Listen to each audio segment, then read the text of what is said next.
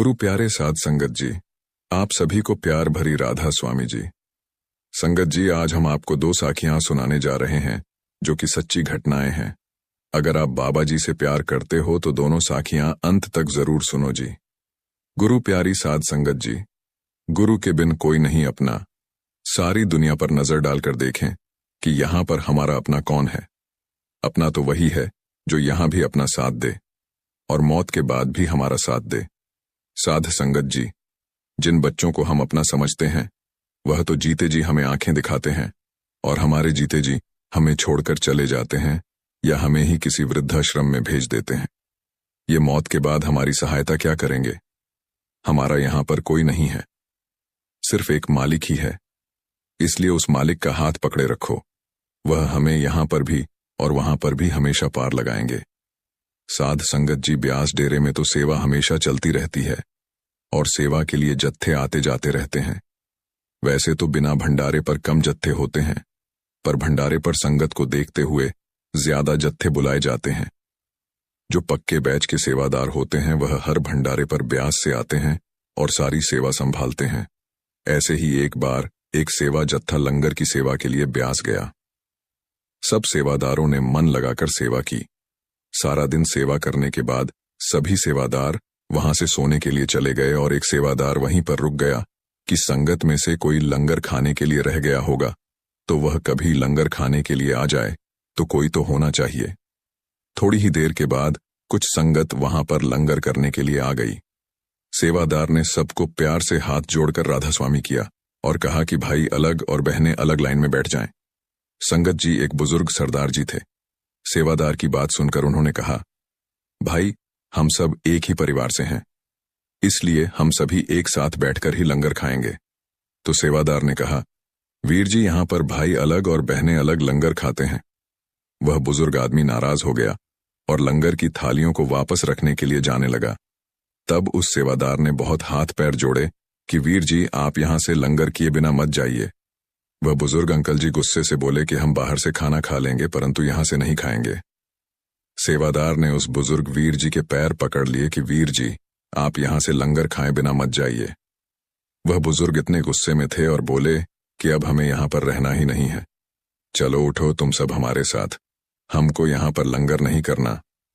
तब उस सेवादार ने उन वीर जी की टांगों को पकड़ लिया और बोला कि अंकल जी आप यहां से लंगर खाए बिना मत जाइए, नहीं तो बाबा जी मुझसे बहुत नाराज हो जाएंगे। उन सबके साथ एक बुजुर्ग आंटी जी भी थीं। उन्होंने कहा, सरदार जी अब आप मान भी जाओ, देखो उसने कैसे आपके पांव पकड़ लिए हैं और हम सबको लंगर करने दो। हमारे साथ में छोटे छोटे बच्चे भी हैं, उनको भी बहुत भूख लगी है। तब कहीं जाकर वह बुजुर्ग अंकल जी माने और फिर सबने एक साथ बैठकर लंगर किया और उस सेवादार का भी धन्यवाद किया। सेवादार का पक्का बैच था, वह तो हर भंडारे पर ब्यास सेवा पर आता रहता था। हमारे प्यारे बाबा जी तो सब जानी जान हैं, अपने चश्मे से सब देखते ही रहते हैं कि कहां पर क्या हो रहा है। जो सेवादार तीनों भंडारों पर ब्यास जाते हैं और सेवा करते हैं तो बाबा जी उन सेवादारों को अलग से दर्शन देते हैं और प्रसादी भी देते हैं। पर शादी के समय जब बाबा जी ने सेवादारों को पैदल दर्शन दिए तो वह सेवादार सबसे आगे बैठा था। बाबा जी ने उस सेवादार की पीठ थपथपाई और उसको गले से लगा लिया। यह देखकर सब हैरान थे। तब उसके साथ वाले सेवादार मुस्कुरा दिए। कुछ समय के बाद वह सरदार अंकल जी और उनके परिवार वाले फिर ब्यास में आए और वह सेवादार भी लंगर में सेवा कर रहा था। तो एक भाई ने कहा कि वीर जी आप तो वही हैं ना जिन्होंने इस भंडारे पर हमारे बापूजी के पैर पकड़ लिए थे। वह हंसने लगे। वह बोले, वीर जी तब से हमारा जीवन ही बदल गया है और हम सब सतगुरु की शरण में लग गए हैं। आपकी नम्रता ने हमारे पूरे परिवार का दिल जीत लिया है। बाबा जी की दया मेहर आप पर सदा बनी रहे और आप हमेशा स्वस्थ रहें और गुरु घर में बढ़ चढ़कर सेवा करते रहें। इसी के साथ एक छोटी सी साखी और है। एक सत्संगी पिता पुत्र थे। उनका शहर में बहुत बड़ा ढाबा था। बहुत से लोग उनके ढाबे पर खाना खाने आते थे और कई लोग खाना अपने साथ पैक भी करवा कर ले जाते थे और कोई ऑर्डर करके भी मंगवा लेते थे। उन्होंने अपने ढाबे पर बहुत से लड़के काम करने के लिए रखे हुए थे। वह सुबह 11 बजे से रात को 11 बजे तक काम करते थे। एक रात 11 बजे तक सभी लड़के अपना अपना काम करके घर चले गए। उसके बाद उनको एक फोन आया। फोन पर कोई बुजुर्ग आदमी था। उसने कुछ खाने का ऑर्डर दिया तो पिता ने कहा कि अब तो सब लड़के चले गए हैं, अब हम आपका खाना नहीं भेज सकते। अगर आप चाहो तो आकर ले जाओ, हम आपका इंतजार करेंगे। उस बुजुर्ग ने कहा, मेरी पत्नी की तबीयत बहुत खराब है, अभी अभी इसे पीजीआई से वापस लेकर आए हैं, मैं उसे बिल्कुल भी अकेला नहीं छोड़ सकता। हम दोनों के सिवाय हमारे घर में कोई नहीं है। मेरी पत्नी ने खाना खाने के बाद ही दवाई लेनी है। हो सके तो कृपया आप मेरी मदद करें। ढाबे के मालिक पिता ने तो उन्हें बिल्कुल मना कर दिया, परंतु साथ बैठा बेटा यह सब कुछ सुन रहा था और बोला, पिताजी आप उनका एड्रेस ले लो, मैं उनके घर खाना देकर आता हूं।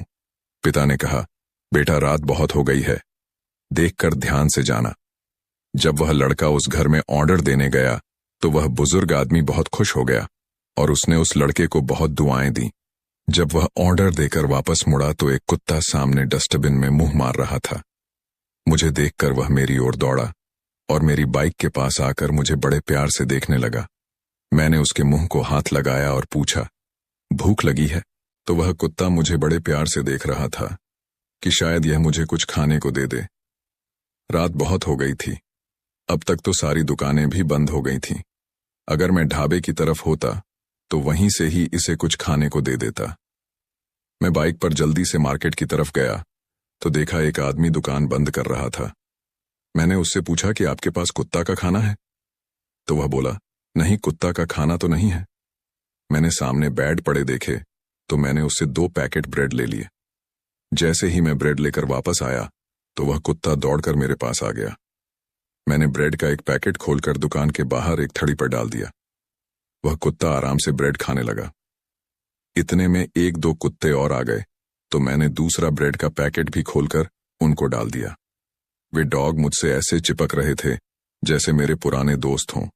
साध संगत जी, भूख तो इन्हें भी लगती है, इनकी मदद कीजिए और इन्हें कुछ न कुछ खाने को अवश्य देते रहिए। गुरु प्यारी साध संगत जी, आज की दूसरी साखी शुरू करते हैं। साध संगत जी, आप सब तो जानते ही हैं कि बाबा जी अपने बच्चों का और सभी बुजुर्गों का कितना ख्याल रखते हैं। आइए आज हम आपको बताते हैं इस साखी में बाबा जी ने बच्चों के लिए भी सभी सत्संग घरों में अलग से सत्संग घर बनवा दिए हैं, जिसमें 5 साल से 12 साल तक के बच्चे जाकर सेवा करते हैं और सत्संग सुनते हैं।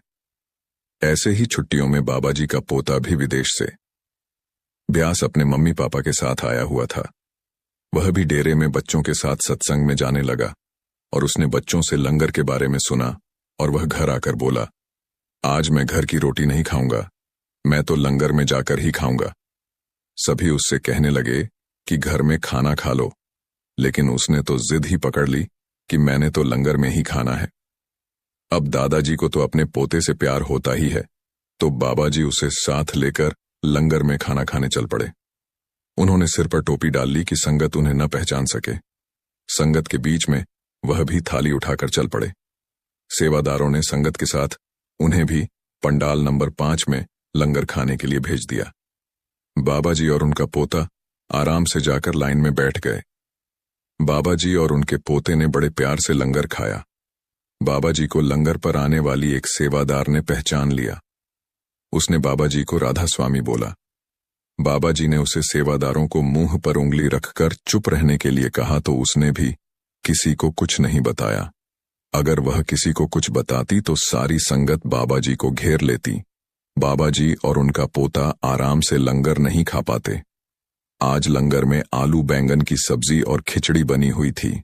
जब बाबा जी ने लंगर खा लिया तो वह सेवादार ने अपने प्रसाद की टोकरी किसी और सेवादार को देकर बाबा जी की थाली को धोने के लिए ले गई।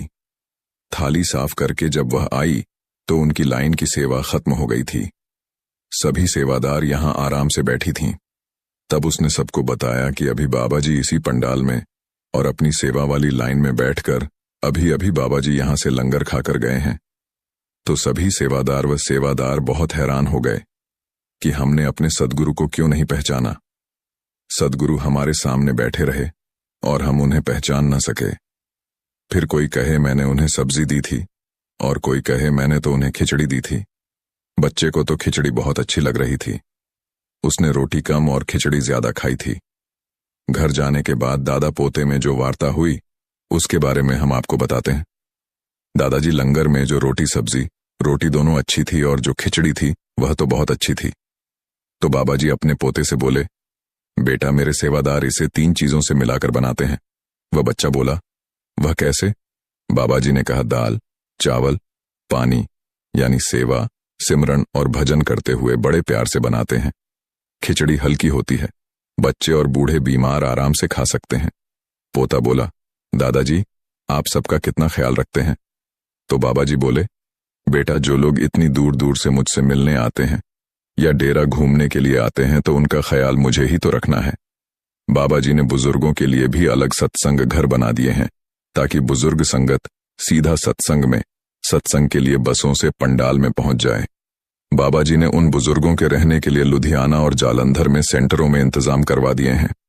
वहां पर भी सेवादारों को लंगर की और बुजुर्गों के रहने की सेवा करने का मौका दे दिया है।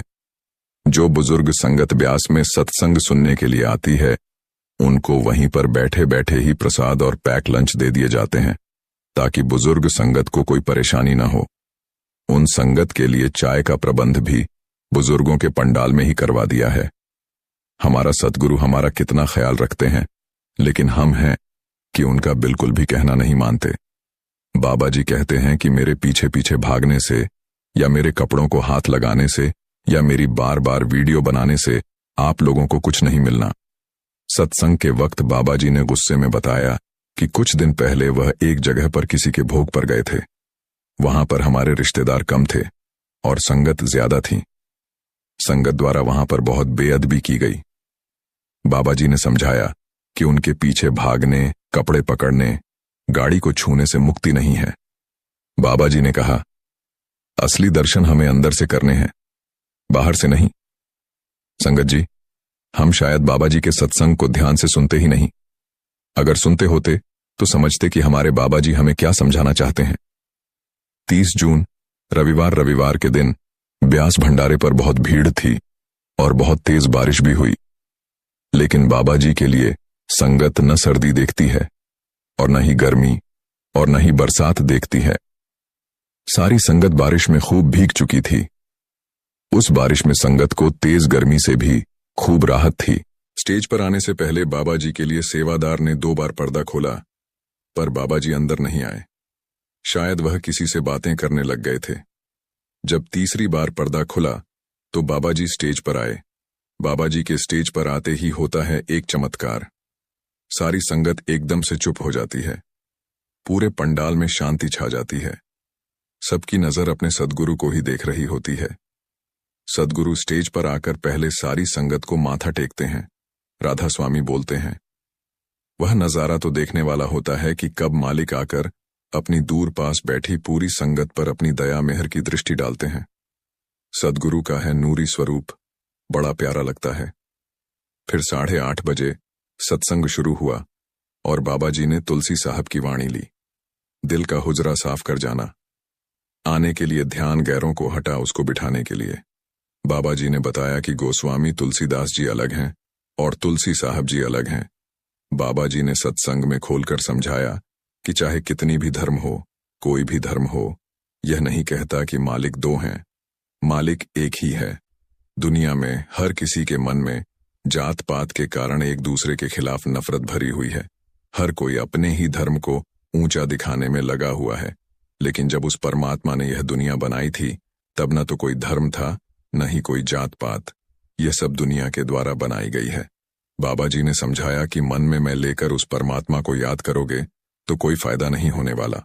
बाबा जी ने कहा कि हमें अगर किसी बर्तन में कुछ रखना है तो उस बर्तन को साफ करके ही रखेंगे, लेकिन अगर हम अपने मन में उस परमात्मा को बिठाना चाहते हैं तो सबसे पहले अपने मन को साफ करना पड़ेगा और यह जात पात और ऊंच नीच जैसी नफरत को अपने मन से निकालकर मन को पूरी तरह से साफ करना पड़ेगा। मन साफ किससे होगा? भजन सिमरन से। गुरु प्यारी साध संगत जी हुजूर महाराज चरण सिंह जी कहते हैं, जब तक मालिक को मंजूर ना हो तब तक हमारा ख्याल उसकी ओर जा ही नहीं सकता। वह मालिक खुद ही हमें अपनी ओर खींचता है। हम सोचते हैं कि हम उस मालिक से प्यार करते हैं, परंतु असल में वह खुद ही हमें अंदर से अपनी ओर खींचता है। वह खुद ही हमें अपना प्यार बख्शता है। यह जो प्रेम है वह भी मालिक की ही अपनी बख्शीश है। जब तक उस मालिक को मंजूर न हो तब तक हम उस कुल मालिक के बारे में सोच भी नहीं सकते।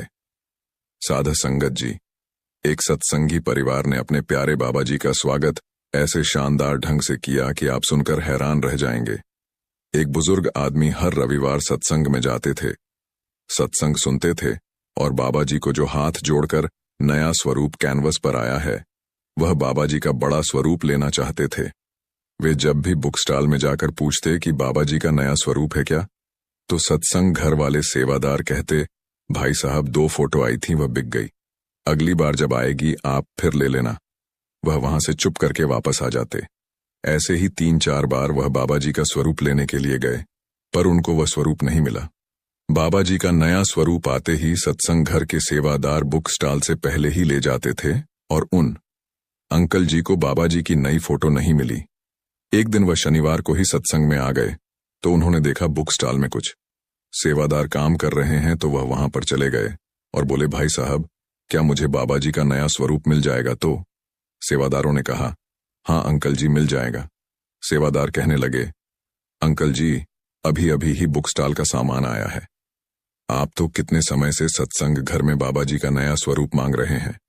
वह बोले, जब बाबा जी हमारे घर आना चाहेंगे तभी तो आएंगे, मर्जी तो स्कूल मालिक की ही चलेगी, हमारी थोड़ी चलेगी। वह सत्संग घर से बाबा जी का बड़ा हाथ जोड़ने वाला स्वरूप लेकर गए और कार में आगे वाली सीट पर बड़े आदर भाव से रखकर अपने घर चल दिए। घर जाकर उन्होंने अपने घर की घंटी बजाई और घर के सभी लोगों को बाहर आने को कहा और बोले, देखो आज हमारे घर प्यारे प्यारे बाबा जी आए हैं, अब आप सभी मिलकर प्यारे प्यारे बाबा जी का प्यार से स्वागत करो। सबने बारी बारी बाबा जी के स्वरूप को हाथ जोड़कर राधा स्वामी बोला और फिर स्वरूप को उठाकर अपने घर में अंदर लेकर गए। अंदर जाकर सबने बाबा जी के पधारने का धन्यवाद किया और सबने हाथ जोड़कर बाबा जी की विनती की और बाबा जी का मिश्री का प्रसाद भी खाया। तब बुजुर्ग अंकल जी बोले, आज बाबा जी ने हमारे घर में आना था, मैं तो कब से सत्संग घर वालों से इस स्वरूप के बारे में पूछ रहा था, लेकिन हर रविवार को मेरे जाने से पहले ही बाबा जी का स्वरूप कोई ले जाता था। आज सुबह जब मैं सिमरन करने के लिए बैठा तो बाबा जी ने ही मुझे कहा कि तुम आज घर चले जाओ, क्योंकि आज मेरे सद्गुरु ने हमारे घर आना था। इसलिए मैं शनिवार को ही सत्संग घर में चला गया और बाबा जी का यह प्यारा स्वरूप ले आया। अंकल जी बोले, समय से पहले किसी को कुछ भी नहीं मिल सकता। बाबा जी का आना हमारे घर पर आज ही तय था, तो बाबा जी पहले कैसे आ जाते? सभी हाथ जोड़कर बाबा जी का शुक्र शुक्र करने लगे। शुक्र, मालिक का शुक्रदाता, आपका बहुत बहुत शुक्रिया। इसी के साथ एक छोटी सी साखी और है। एक शख्स ने बाबा जी से सवाल पूछा कि बाबा जी, हम सत्संग में आते हैं, सत्संग खत्म होने के बाद हम फिर दुनिया के काम धंधों में उलझ जाते हैं, तो सत्संग सुनने का हमें क्या कोई फायदा होता है? तो बाबा जी ने कहा कि बड़े महाराज जी कहते थे कि पत्थर को अगर आप पानी में रखो तो वह गलेगा नहीं, लेकिन जितनी देर वह पानी में रहेगा उतनी देर वह सूरज की गर्मी से जरूर बचा रहेगा। इसलिए आप सत्संग में आए और आपने 45 मिनट का सत्संग सुना। यह आप पर निर्भर है कि आपने सत्संग अच्छी तरह से सुने या न सुने, पर आप इन 45 मिनट तक कोई बुरा कर्म तो नहीं करते, आप कोई बुरा कर्म करने से बचे रहते हैं। इसलिए दुनिया के सारे काम छोड़कर पहले सत्संग के लिए अवश्य समय निकालें। जितना भी जरूरी काम हो वह आप सत्संग के बाद कर सकते हैं। बाबा जी ने इतने बड़े बड़े सत्संग आप सभी संगत के लिए ही तो बनवाए हुए हैं। बाबा जी ने करोड़ों रुपए खर्च करके संगत की भलाई के लिए ही इतने बड़े बड़े सत्संग घर बनवाए हैं। संगत सत्संग घर में आकर 45 मिनट का सत्संग सुन सके। वैसे तो सत्संग 2 दिन होता है, बुधवार और रविवार। रविवार को तो सबकी छुट्टी होती है। आप आलस छोड़कर सत्संग घर में जाएं और अपने बच्चों को भी उंगली पकड़कर साथ ले जाएं। इसलिए दुनिया के बाकी सब कामकाज छोड़कर पहले सत्संग के लिए समय निकालें। सत्संग की पवित्र गंगा, जिसमें स्नान करने से मनुष्य लोक और परलोक में सुखी हो जाता है। इसलिए नियमित सत्संग में जाएं और साथ में सेवा भी करें। और बाबा जी की खुशियां पाएं। एक दौलतमंद आदमी ने अपने बेटे को वसीयत करते हुए कहा, बेटा, मेरे मरने के बाद मेरे पैर में यह फटे हुए मोजे जुराब पहना देना। मेरी एक ख्वाहिश जरूर पूरी करना। बाप के मरते ही नहलाने के बाद बेटे ने आलिम से अपने बाप की ख्वाहिश बताई। आलिम ने कहा, हमारे दीन में सिर्फ कफन पहनाने की इजाजत है। पर बेटे की जिद थी कि बाप की आखिरी ख्वाहिश पूरी हो। उन लोगों में बहस इतनी बढ़ गई कि शहर के बड़े बड़े लोगों को इकट्ठा किया गया, लेकिन कोई भी नतीजा नहीं निकला। इसी माहौल में एक शख्स आया और आकर बेटे के हाथ में बाप का लिखा हुआ एक खत पकड़ा दिया, जिसमें उसके बाप ने उसके लिए नसीहत लिखी हुई थी। मेरे बेटे, देख रहे हो मेरे पास कितनी दौलत है, बंगला है, गाड़ियां हैं और बड़ी बड़ी फैक्ट्रियों का मालिक हूं, और मेरा फार्म हाउस भी है। उस सब के बावजूद भी शहर का माना हुआ बड़ा सेठ हूं, और मैं एक फटा हुआ मोजा तक भी अपने साथ नहीं ले जा सकता। बेटा, एक रोज यह सब तुम्हारे साथ भी होना है। तुम्हें भी मौत आएगी तो तुम अभी से जाग जाओ। मेरी तरह तुम्हें भी एक दिन सिर्फ एक कफन में ही जाना पड़ेगा। कब्र में तुम्हारे साथ सिर्फ तुम्हारे अच्छे कर्म ही जाएंगे जो तुम अब करोगे। सबसे उत्तम कर्म है किसी पूर्ण संत सत्पुरुष के नाम लेकर उनका कहना मानना और भजन सिमरन को पूरा समय देना। यह काम तुम अवश्य करना। ये अंत में तुम्हारा साथी होगा। साध संगत जी, जिसके सिर पर बाबा जी का हाथ होता है, उस बंदे का बाबा जी कभी भी कुछ बुरा नहीं होने देते।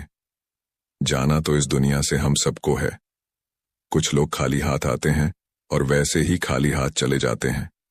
बस अपनी सारी जिंदगी बस कमाया, खाया, सोया और चल दिया, यानी अपना समय पूरा करने आते हैं।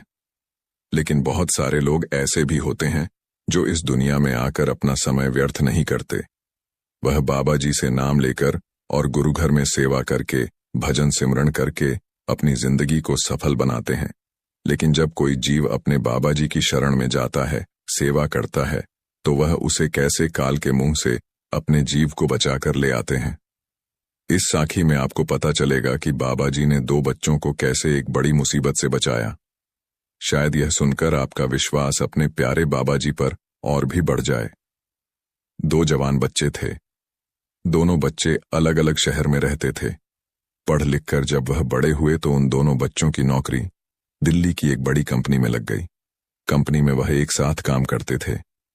एक साथ काम करते करते उन दोनों में बहुत प्यार हो गया, और उस समय के साथ साथ उनकी दोस्ती इतनी गहरी हो गई कि वह दोनों बच्चे एक दूसरे के घर भी आने जाने लगे। उन बच्चों में से एक बच्चा जो था वैसे संघी परिवार से था, और उस बच्चे को डेरे में जाना और वहां पर जाकर सेवा करना बहुत अच्छा लगता था। जो दूसरा बच्चा था वह सत्संगी परिवार से नहीं था। उसके परिवार वाले देवी माता की पूजा किया करते थे, परंतु यह बच्चा भी साफ दिल का था और अपने दोस्त की आस्था का पूरा सम्मान किया करता था। दोनों ने वहीं कंपनी के पास ही एक छोटा सा कमरा ले रखा था। जो बच्चा बाबा जी को मानता था, उसने अपनी मेज पर व्यास की कुछ किताबें भी रखी हुई थीं। जब उसे समय मिलता या मन में कोई परेशानी होती तो वह यह किताब उठाकर पढ़ता था। जो दूसरा लड़का था उसने भी 1-2 किताबें पढ़ीं और उसकी समझ में कुछ नहीं आया। उसने अपने दोस्त से पूछा, यह किस चीज के बारे में बताया गया है? तो उसने कहा, कभी छुट्टियां होंगी तो तुम मेरे साथ ब्यास चलना। अब धीरे धीरे सब तुम्हारी समझ में आ जाएगा। वह दोनों सुबह ड्यूटी पर कंपनी की गाड़ी से जाते थे और शाम को इकट्ठे ही वापस आ जाते थे। एक बार उस कंपनी में कुछ दिन के लिए स्ट्राइक हो गई, जिसके कारण इन दोनों बच्चों को 3-4 दिन की छुट्टियां हो गईं। इस कारण सत्संगी लड़के ने सोचा कि ब्यास में भंडारा है। जब से मेरी नौकरी लगी है मैं ब्यास नहीं गया। अब 3-4 दिन की छुट्टी है तो क्यों ना मैं ब्यास जाकर सेवा कर रहा हूं और अपने प्यारे बाबा जी के दर्शन भी करूं। सत्संग सुनो। इस बात का जिक्र जब उसने दोस्त से किया और उसको कहा कि मैं ब्यास जा रहा हूं, अगर तुम भी इस दुनिया में स्वर्ग देखना चाहते हो तो एक बार मेरे साथ ब्यास चलो। तो उसके दोस्त ने कहा, मैं यहां पर अकेला क्या करूंगा। वह भी ब्यास चलने को राजी हो गया। उन्होंने तत्काल में अपनी टिकट बुक करवा ली और वीरवार शाम को यह दोनों ट्रेन में बैठकर डेरे पहुंच गए। सत्संगी परिवार का बच्चा तो अक्सर डेरे में आता रहता था, लेकिन जो उसका दोस्त था वह तो डेरे में पहली बार ही आया था। जब उसने अंदर आकर डेरे की खूबसूरती को देखा तो यह सब देखकर वह बहुत प्रभावित हुआ। उसके दोस्त ने उसे बताया कि यहाँ का जो काम है वह सब बाबा जी के सेवादार करते हैं। हम तो जब भी यहाँ पर आते हैं सेवा करते हैं। अगर तुम भी मेरे साथ सेवा करना चाहते हो तो बड़ी खुशी से कर सकते हो। उसका दोस्त कहने लगा, तुम सेवा करोगे तो मैं यहाँ अकेला क्या करूंगा? मुझे तो कोई जानता भी नहीं। ठीक है, मैं भी तुम्हारे साथ यहाँ पर सेवा कर लेता हूँ।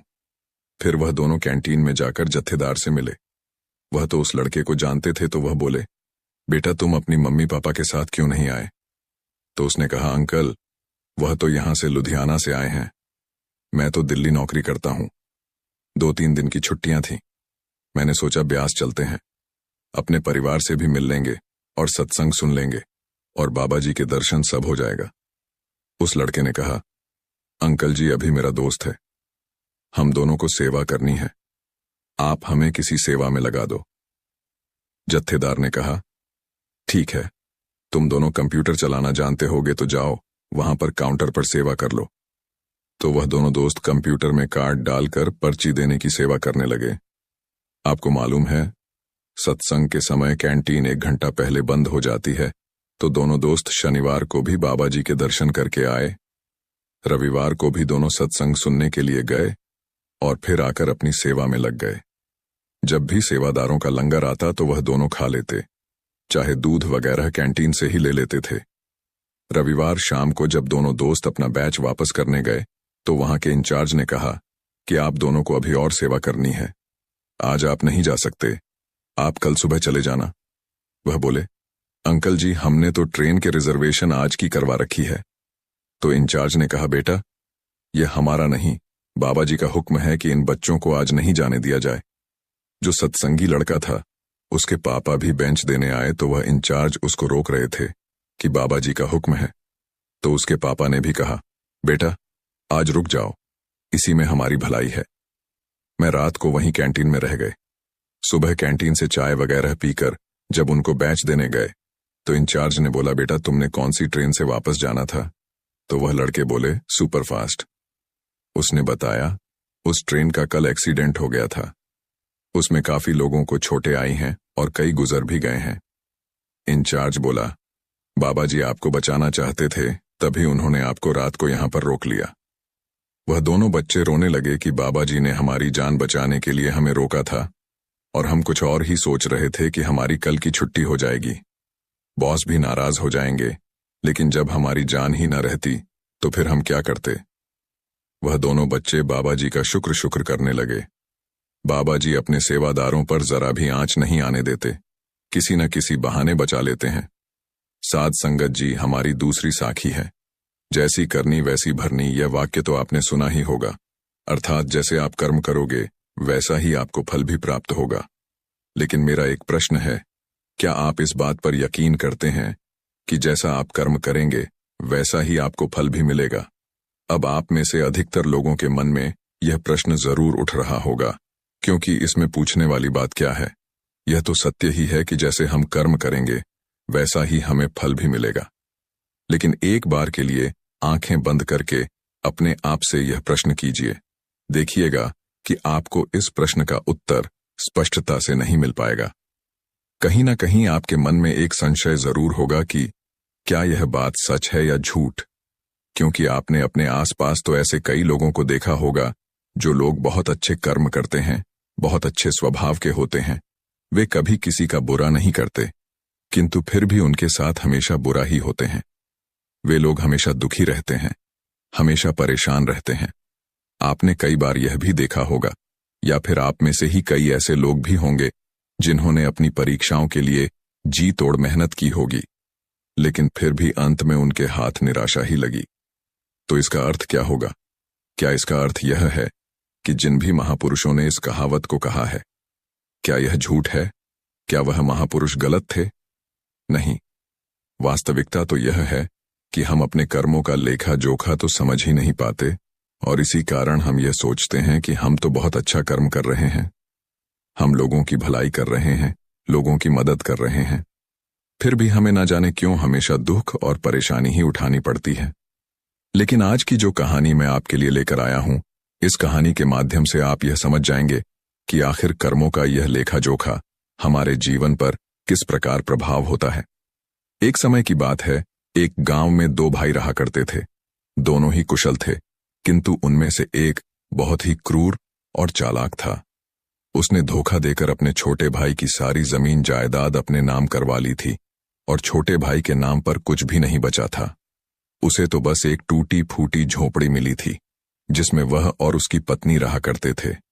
उसकी पत्नी भी हमेशा बीमार रहती और उसे तरह तरह की यातनाएं, पीड़ाओं और समस्याओं का सामना करना पड़ता था। छोटा भाई बहुत गरीब था। उसके पास पैसे भी नहीं थे ताकि वह अपनी पत्नी का इलाज करवा सके, लेकिन वह बहुत शांत स्वभाव का था। वह अच्छी प्रवृत्ति का था। इस कारण वह कभी किसी से क्लेश नहीं करता था, न ही किसी के लिए बुरा सोचता था। वह कभी किसी का बुरा नहीं करता था। फिर भी उसके मन में हमेशा एक प्रश्न रहता था। वह हमेशा अपने आप से कहता था, हे ईश्वर, मैंने कभी किसी के साथ बुरा नहीं किया, कभी किसी का बुरा नहीं सोचा, फिर भी आखिर मेरे साथ इतना बुरा क्यों होता है? मेरी पत्नी हमेशा बीमार रहती है, मेरे बच्चों को 2 वक्त का खाना तक नसीब नहीं होता और मैं चाहकर भी अपने परिवार को एक अच्छा जीवन तक नहीं दे पा रहा। आखिर ऐसा क्यों? वहीं पर दूसरी तरफ मेरा भाई है जो बहुत क्रूर है, चालाक है, घमंडी है। उसे देखो, वह अपना जीवन कितने ऐशो आराम के साथ जी रहा है। उसके पास ढेर सारा धन है, रहने के लिए अच्छा मकान और खाने के लिए अच्छे अच्छे पकवान हैं। वह तो अपना जीवन मजे में जी रहा है और मैं यहाँ पर घुट घुट कर मर रहा हूँ। उसे कोई परेशानी नहीं और मेरी परेशानियां खत्म होने का नाम ही नहीं लेती। ये सोचता हुआ वह इस विचार पर पहुंचा कि लगता है बुरे कर्मों का फल ही अच्छा होता है और अच्छे कर्मों का फल अच्छा नहीं मिलता है। और देखते ही देखते यह बात उसके मन में घर करने लगी थी। ऐसे ही कई दिन बीत गए और अब छोटा भाई और भी ज्यादा परेशान रहने लगा था, क्योंकि उसकी पत्नी की तबीयत ठीक होने का नाम ही नहीं ले रही थी और उसके सामने तरह तरह की परेशानियां खड़ी थीं, जिन्हें देखकर वह मन ही मन रोता रहता, परेशान होता। एक दिन की बात है, वह किसी काम से दूसरे गांव की ओर जा रहा था। तभी उसकी नजर एक साधु पर पड़ी। वह साधु एक द्वार पर खड़े होकर भिक्षा मांग रहे थे और वह हमेशा केवल एक ही बात कह रहे थे, तेरे कर्म तेरे हिस्से और मेरे कर्म मेरे हिस्से। जब छोटे भाई के कानों में यह बात पड़ी तो उसे बहुत क्रोध आया। वह तुरंत ही उन साधु के पास जा पहुंचा और उनसे कहने लगा, हे गुरुवर, मैं आपको कब से देख रहा हूं। आप केवल एक ही बात कह रहे हैं, तेरे कर्म तेरे हिस्से और मेरे कर्म मेरे हिस्से। क्या यह सत्य है? इस बात का जवाब देते हुए वह साधु कहते हैं, हाँ, यह बिल्कुल सत्य है। क्या तुम्हें इस पर यकीन नहीं? तभी वह छोटा भाई उन गुरु से कहता है, हे गुरुवर, लगता है आपको कोई भ्रम हो गया है।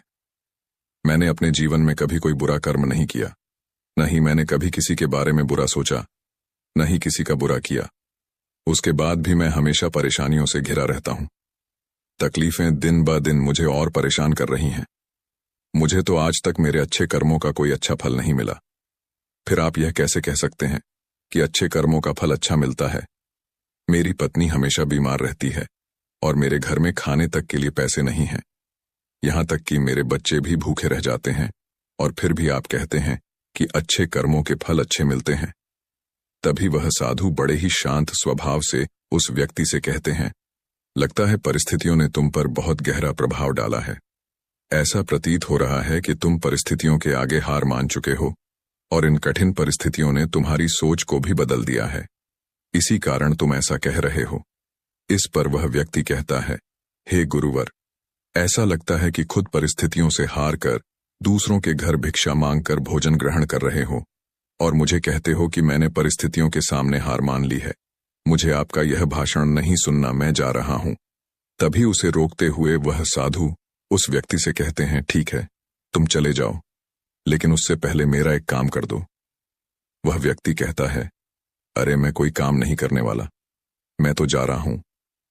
तभी वह साधु कहते हैं, बेटा, मैं जानता हूं तुम्हारे मन में क्या प्रश्न है। तुम इस बात से परेशान हो कि तुमने अच्छे कर्म किए और उसके बाद भी तुम्हें अच्छे फल नहीं प्राप्त हो रहे। लेकिन क्या तुम इस प्रश्न का जवाब नहीं जानना चाहते? क्या तुम यह नहीं जानना चाहते कि तुम्हारे साथ ऐसा क्यों हो रहा है?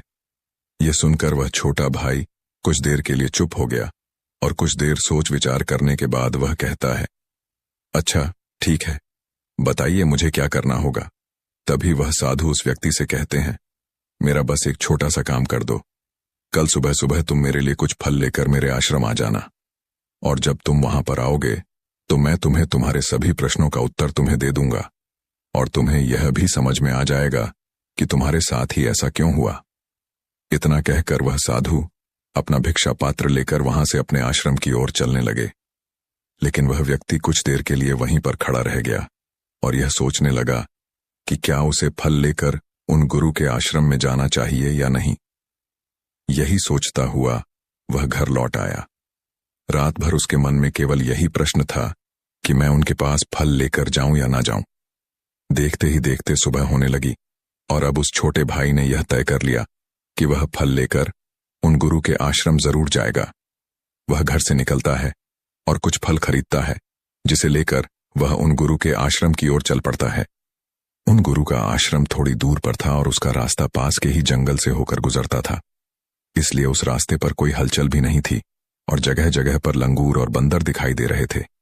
जब वह छोटा भाई फल लेकर उन गुरु के आश्रम जा रहा था, तभी उन बंदरों को देखकर उसके मन में यह विचार उठता है कि क्यों न यह फल वह उन बंदरों को खिला दे। लेकिन तभी उसे याद आता है कि उन गुरु ने उसे वह फल आश्रम लाने को कहा है, इसलिए वह जैसे तैसे अपने मन को मनाकर उन गुरु के आश्रम की ओर चल पड़ता है और देखते ही देखते कुछ देर में वह उन गुरु के आश्रम पहुंच जाता है। वह उन्हें प्रणाम करके उनसे कहता है, यह देखिए, मैं आ गया और जैसा कि आपने कहा था, कुछ फल लाने के लिए वह भी मैं लेकर आया हूं। अब तो मुझे बता दीजिए कि आखिर मेरे साथ ही ऐसा क्यों होता है। तभी वह साधु मुस्कुराते हुए उस व्यक्ति से कहते हैं, बताता हूं, लेकिन उससे पहले तुम मेरे एक प्रश्न का उत्तर दो। तभी वह व्यक्ति कहता है, यह कौन सा प्रश्न है? तभी वह साधु कहते हैं, जब तुम मेरे आश्रम की ओर आ रहे थे और तुम्हारे मन में जब यह विचार उठा कि तुम यह फल उन बंदरों को खिला दो, तो तुमने ऐसा क्यों नहीं किया? यह सुनकर वह व्यक्ति बड़ा आश्चर्यचकित हुआ। उसे यह समझ ही नहीं आ रहा था कि आखिर जो विचार उसके मन में उठा था वह उन साधु को कैसे पता चला। तभी वह व्यक्ति दोनों हाथ जोड़कर उन साधु से कहता है, हे गुरुदेव, यह बात तो मेरे मन में थी, किंतु आपको कैसे पता चला कि मैं बंदरों को फल खिलाना चाहता था? तभी वह साधु मुस्कुराते हुए उस व्यक्ति से कहते हैं, बेटा, जरूरी यह नहीं कि मुझे यह बात कैसे पता चली। जरूरी तो यह है कि तुमने उन बंदरों को यह फल क्यों नहीं खिलाया। वह व्यक्ति कुछ देर के लिए सोच में पड़ गया और उसने हड़बड़ाते हुए उन साधु को जवाब दिया, क्योंकि आपने मुझे यह फल आपके पास लाने के लिए कहा था। तभी वह साधु उस व्यक्ति से कहते हैं, बेटा, जिस तरह से एक बछड़ा हजारों गायों में भी अपनी मां को ढूंढ ही लेता है, ठीक उसी प्रकार कर्मकर्ता को ढूंढ ही निकालता है। जैसे कि यह कर्म मेरे हाथों से ही लिखा था कि मैं ही इन बंदरों को यह फल खिलाऊंगा, इसलिए तुम यह फल उन बंदरों को ना खिला सके और यह फल तुम मेरे पास लेकर आए। इतना कहकर उन साधु ने वह फल उन बंदरों को खिलाना शुरू कर दिया। लेकिन वह व्यक्ति अब तक उन साधु की बात का मतलब नहीं समझ पाया था। वह उन साधु से कहता है, हे गुरुवर, आप क्या कहना चाहते हैं? मुझे आपकी बात कुछ समझ नहीं आई, कृपया करके मुझे साफ और स्पष्ट तौर पर समझाएं। तभी वह साधु मुस्कुराने लगे और व्यक्ति से कहते हैं, हम मनुष्यों को हमेशा से यही लगता है कि हम ही करता है और हम ही कर्म करते हैं, लेकिन वास्तविकता तो कुछ और है। यहां पर समझने वाली बात यह है कि कर्म हमारा चुनाव खुद करता है, हम कर्म का चुनाव नहीं करते। यदि आप किसी काम को करने के योग्य हैं, तो कर्म आपको लाखों लोगों की भीड़ में से भी ढूंढकर निकाल ही लेगा। इसीलिए जरूरी यह है कि कर्म करने पर नहीं, बल्कि योग्य बनने पर ध्यान दो। यदि तुम्हारा पूरा ध्यान केवल कर्म करने पर होगा, तो तुम कभी भी योग्य नहीं बन पाओगे और कभी भी कर्म तुम्हारा चुनाव ही नहीं करेगा। इस पर वह व्यक्ति कहता है, हे गुरुवर, योग बनने से आपका क्या मतलब है? आपका कहना है कि क्या मैं अपने परिवार का पालन पोषण नहीं कर सकता?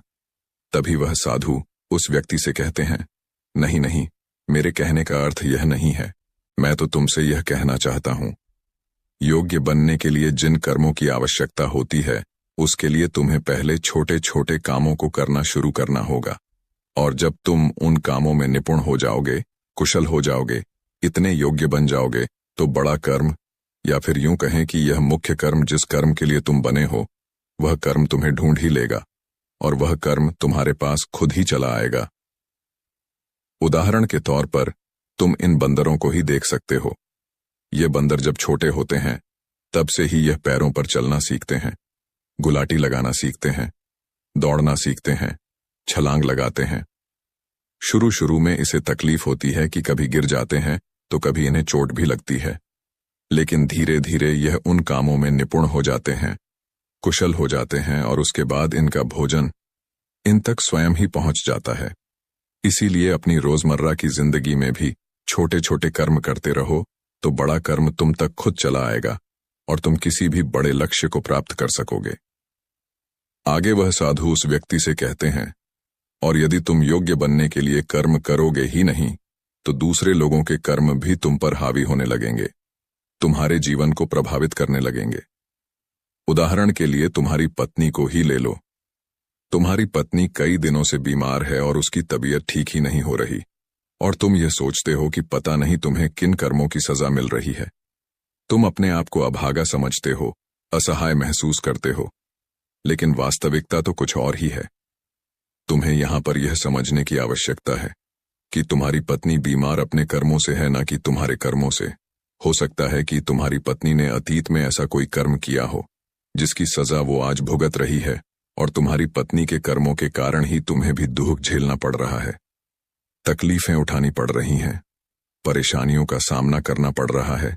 और यही कारण है कि अधिकांश लोग अपने परिवार के कारण, अपने बच्चों के कारण तरह तरह के दुख झेलते रहते हैं, तरह तरह की परेशानियों का सामना करते रहते हैं। किंतु तुम्हें यहां पर यह समझने की आवश्यकता है कि यदि तुम इस योग्य होते तो तुम्हारे पास इतने पैसे होते तो तुम अपनी पत्नी का इलाज करवा पाते। और तो और यह भी हो सकता था, यदि तुम इस योग्य होते तो तुम्हारा विवाह किसी दूसरी स्त्री के साथ हुआ होता जो स्वस्थ होती, लेकिन तुम उस योग्य थे ही नहीं। और यही कारण है कि तुम अपनी पत्नी के कारण आज दुखों में डूबे हुए हो, किंतु अब तक कुछ भी नहीं बिगड़ा। यदि तुम अब भी योग्य बन जाओ तो दूसरों के कर्म तुम्हें कभी भी प्रभावित नहीं कर पाएंगे। आगे वह सन्यासी उस युवक को चेतावनी देते हुए कहते हैं, मेरी एक बात हमेशा याद रखना, तुम्हें वह नहीं मिलता जो तुम चाहते हो, बल्कि तुम्हें वह मिलता है जिसके तुम योग्य हो। इसीलिए कर्म करने से ज्यादा योग्य बनने पर ध्यान दो, अपनी योग्यता बढ़ाओ। केवल कर्म का फल पाने के लिए कर्म मत करो, और फिर तुम कभी भी इन परेशानियों से निकल नहीं पाओगे।